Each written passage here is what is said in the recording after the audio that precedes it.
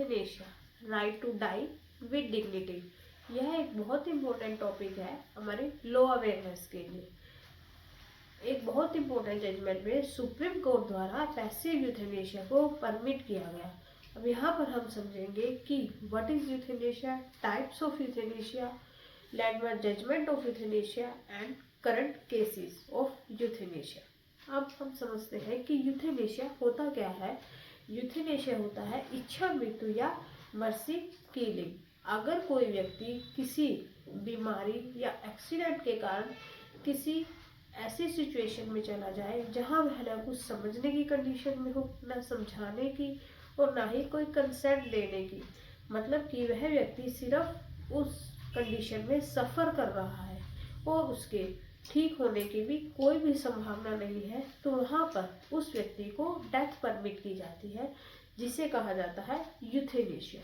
Euthanasia दो प्रकार का होता है, active euthanasia, passive euthanasia. Active euthanasia उसे कहते हैं जिसमें किसी व्यक्ति को कोई चीज़ इंजेक्ट कर कर डेथ दी जाए। मान लो किसी व्यक्ति को कोई लीथल इंजेक्शन दिया जाता है और जिससे उस व्यक्ति की डेथ हो जाती है, तो उसे कहा जाता है एक्टिव यूथेनेशिया, जो कि हमारे इंडिया में इलीगल है। वहीं दूसरी तरफ हम बात करते हैं पैसिव यूथेनेशिया।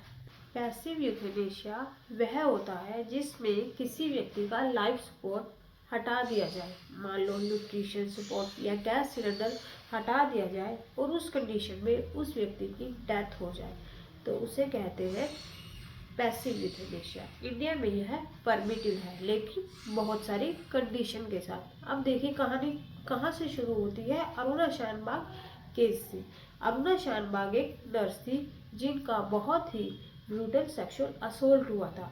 तब उन्हें डॉग चैन के साथ बांध दिया गया था, जिससे उनके ब्रेन में ऑक्सीजन सप्लाई बंद हो गई थी और वह परमानेंट वेजिटेटिव स्टेट में चली गई थी। वेजिटेटिव स्टेट क्या होता है कि जिसमें सोने जागने की साइकिल तो थी, लेकिन उनकी बॉडी में कोई भी सेंसेशनल एक्टिविटी नहीं थी। अब उस कंडीशन में उनका ध्यान रखा उनके नर्सिंग स्टाफ ने पूरे 42 ईयर्स तक।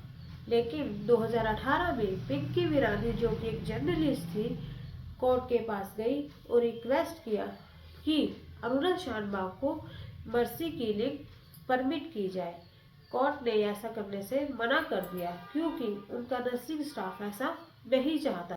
इस केस में अरुणा शानबाग को पैसिव यूथेनेशिया परमिट तो नहीं हुआ, लेकिन इंडिया में पहली बार पैसिव यूथेनेशिया को लीगलाइज कर दिया गया। अब इस केस में सबसे बड़ा डेवलपमेंट आया कॉमन कॉज जजमेंट में, जिसमें कोर्ट ने कहा कि आर्टिकल 21 राइट टू लाइफ सभी का फंडामेंटल राइट है, उसी तरह right to die with dignity भी हर व्यक्ति का फंडामेंटल राइट्स है।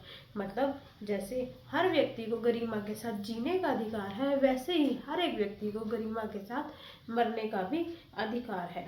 यह वही केस है जिसमें कोर्ट ने लिविंग विल का भी कंसेप्ट दिया था। लिविंग विल क्या होता है कि जिसमें हम अपने फ्यूचर को अज्यूम करते हुए एक लीगल डॉक्यूमेंट तैयार करवा सकते हैं, जिसमें हम यह लिखवा सकते हैं कि अगर फ्यूचर में मैं कभी वेजिटेटिव स्टेट में चला जाऊं तो मुझे पैसिव यूथेनेशिया परमिट किया जाए, मेरा कौन लीगल गार्डियन होगा, मुझे कैसा मेडिकल ट्रीटमेंट दिया जाए, सब कुछ। अब ये केस इसलिए भी इम्पोर्टेंट है क्योंकि इसमें कुछ कोर्ट ने कुछ गाइडलाइंस दी है जो अरुणा शानबाग केस में गाइडलाइंस दी गई थी। यहाँ पर उन्हें गाइडलाइंस को कुछ स्ट्रीम किया गया।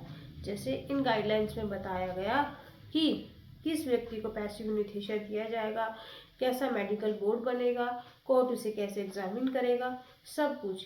अब फाइनली हरीश राणा को यह पैसिव यूथेनेशिया परमिट किया गया। इन्हें एक ब्रेन इंजरी थी, यह 13 सालों से वेजिटेटिव स्टेट में थे, इनकी फैमिली 13 सालों से इस कंडीशन से जूझ रही थी। कोर्ट ने कहा कि इन्हें right to die with dignity दिया।